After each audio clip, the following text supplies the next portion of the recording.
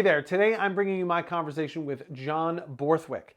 John is a pastor in Guelph who's made a significant impact in his community through his ministry, his chaplaincy of the local police department, and his ability to sustain meaningful relationships with his community. We're going to talk about his new project called the Abbey, a place where church leaders can come and learn all kinds of different things from faith to best practices in ministry areas. So if you're looking for a great resource, he's going to be one for you. So stay tuned because we get started right now.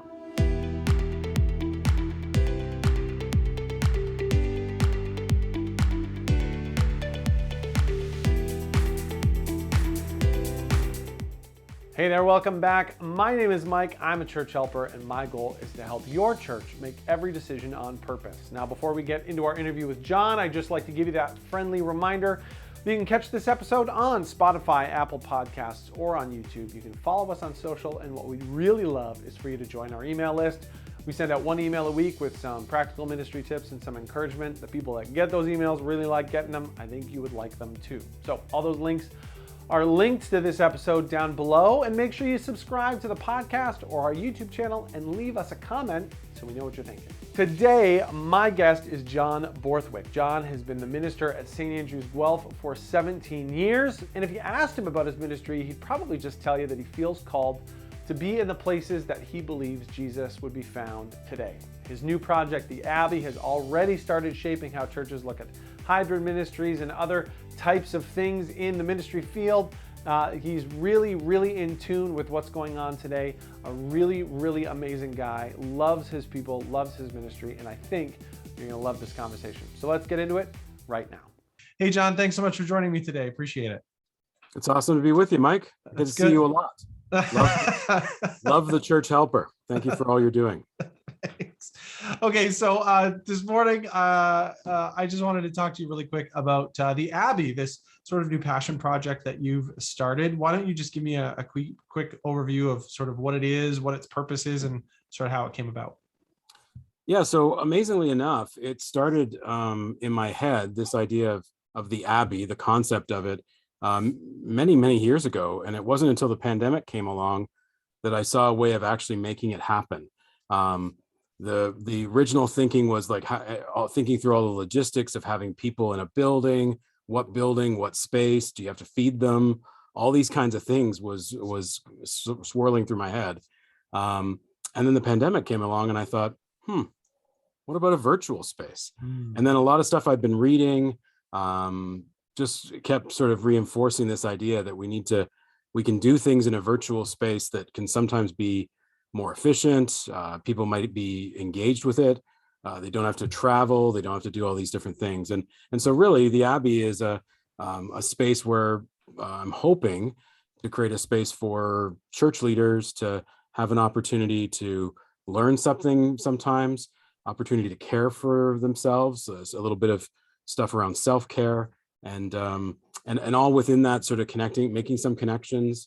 Because I find that ministers and church leaders are really, feeling the strain, certainly through the pandemic, but also feeling a real disconnection from each other.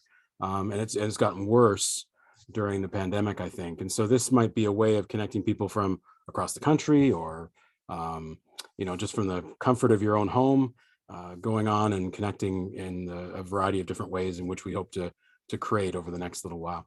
Very cool. So what are some of the ways that you're hoping to be able to connect people together? So you've talked about kind of support areas, encouragement, education areas. So what are kind of some of the things that are in the works? Yeah. So, I mean, our mission is a safe place to nurture spiritual things and to care for those who tend to all things spiritual. It's really a twofold focus.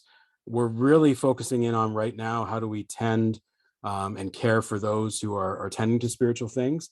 And so I had taken a course with a guy by the name of Ryan Panzer, and he wrote a book called Gigabytes, Grace and Gigabytes. And I had talked to him about whether or not he'd be willing to be our first sort of presenter. And he talks about this concept called hybrid ministry. And he talks about it in a variety of different areas and ways. And I just really liked the way he thought about things related to this. It wasn't just something you just do because you want to do it, or it's the next best thing, or whatever that is. It was really like thinking through how you would use technology to optimize your efficiency, your time management around staff teams and how you do all that, but also who you're trying to reach, if you're going to use it for worship and things like that. And I think one of the big questions we're coming out of the pandemic with is, some people just saw the pandemic as a bit of an interruption, and then we'll go back to doing what we did before. And that technology thing we did might get pushed to the side.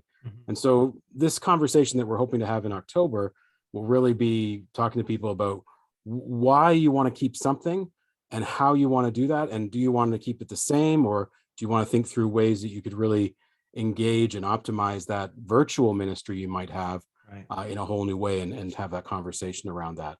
But also for the future, love to talk, have people gathered around the conversations around how you take care of yourself, really wanting ministers to thrive in ministry, not just survive. Sure. So connecting people that way. There's a vision and a hope for maybe some support through like one-on-one connections, maybe small group connections for clergy to have like a peer conversation that's feels safe and confidential.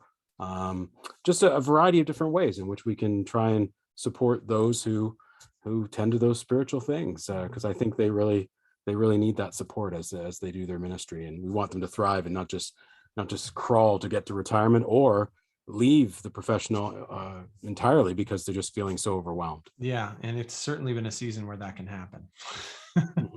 Very much so. So you mentioned briefly just now, then you have an event coming up in October with Ryan. And some of the things that you mentioned there were interesting to me, but specifically that idea that I think sometimes technology can be intimidating to churches, but you want to have this conversation, and he wants to present this not as in, well, like technology for technology's sake. Like, let's actually have that conversation at the foundational base level, talk about why it's important, talk about what we could use it for, and then, not use all of the pieces of technology every time in every place, because maybe there are just some areas that as a church, you don't need it because that's just not the way you're serving. Is that right? Am I getting that idea right? It's like you wrote the description for the workshop yourself. Basically, it's over the span of 4 sessions. So 3 sessions are really going to be for church leaders to think through exactly what you've mentioned. Ryan is really good at sort of connecting to the, here's not just a new thing that you should just do because you're going to get left behind if you don't do it. Right. It's more of like, here's a thing that exists. Right. Now you think through, and this really connects, I'm sure, to doing everything on purpose with Church Helper, but it's really thinking through why would I want that? Right. Just because it's a new bell or whistle, like for example, one of the things he talked about in the course I went on with him was some actual tangible technology pieces. So you could invest in thousands of dollars for cameras that will follow you around the sanctuary. Right. Well, you really need to think through, is that what we really need? Right. Do we need to spend that much? Right. Or, we might touch on things like, I need to create a blog and a podcast and this and this and this and this. Well, think about your reach and who are you trying to connect with? Right. And so thinking through all that before you make the decisions or the investment. Yeah.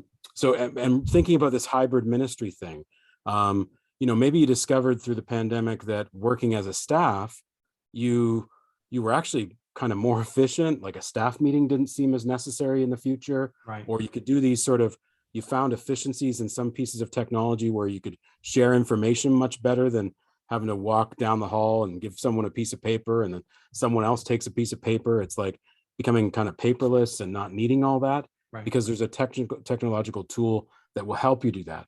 Not to take away the in-person, but to sort of really think through, is this an in-person thing or is this something we could do more virtually? Right. And then what's the most efficient? And also I see really strongly, how do we not lose the virtual community that's sort of come alongside us? Yeah. How do we think that through on purpose, right? How do we think through, we want to have this, but is that really the effective way of using that kind of platform? And is that going to reach people in the same way? Mm-hmm. It's very possible that an hour-long church service, no offense to everything that we do, on a certain platform is not going to get any sort of attention. If you watch the stats, people might have looked at it for like 30 seconds and then are gone. Right. So how do we use the technology we have and create maybe a smaller thing that with intention, we decide we're going to share that into the community and into the virtual community and see what kind of reach we get. So it's really thinking through all that. And then our last workshop is specifically for those who want to tech out, like geek out with their tech. Cool. Ryan's background is he used to work for Google. He's a tech guy himself, so he understands this kind of stuff. Right. And we thought as a bonus for anybody who signed up as a church leader, and truthfully, some church leaders are doing the tech themselves. And wow, what a heavy load they've been carrying. It's a big lift. Yeah. Right. But some have had the benefit of a few volunteers or a bit of a tech team. So what we're saying is church leaders who register for the series of 4 workshops, they're welcome to share that last workshop link, Zoom link, with anybody on their tech team for free.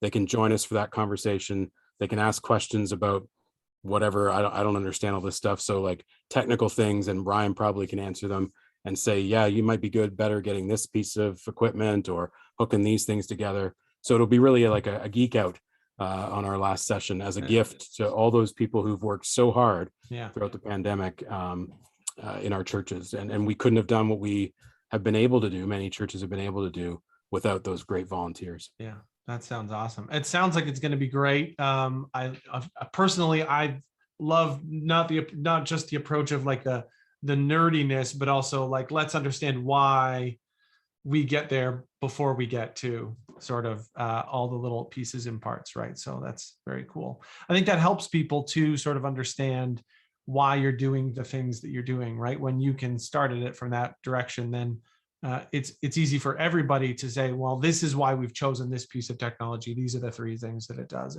It makes it sometimes, I think, a lot more accessible for people who are a little scared of it. So, absolutely.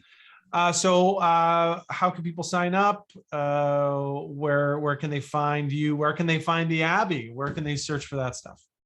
So for right now, we're guiding pretty much everything through Facebook. So we have a Facebook page. You can find it through the abbey.ca. On a search on Facebook, you can probably find it. I think you're going to be kind enough to put some of those links in with this video. So we really appreciate that. Yep. We're sending emails out to as many people as we can. We'd love people to share it with their networks. I'm within the Presbyterian Church in Canada, but would love to have people from all different denominations and walks of life totally welcome, and please share it widely if you can. And time's running out. We've got a couple weeks and space is limited as it is. But we'd love to bring it to capacity. That would be super. And the other thing is, we do realize it's 4 sessions, and I don't know about lots of other ministry leaders or church leaders, but throughout the pandemic, we've all signed up for those workshops or webinars and never got to them. Right. Yeah. Really hoped it was recorded. Well, just to give you peace of mind, if you miss and can't be there in person, we are going to record each session and we'll send those to you if you've registered. So happy to help with that. So you can find us there, and it's through Eventbrite as well. That's where you will register and go through that process. So you can find the Abbey on the abbey.ca, also on Eventbrite. We don't have a website as of yet. Right now, we're just running things through Facebook and sharing it that way. In time, we hope to expand and hope to really speak to church leaders where they're at and what they need. So that's what we're about, and would love to have any feedback. You can reach me at brotherborthwick@gmail.com.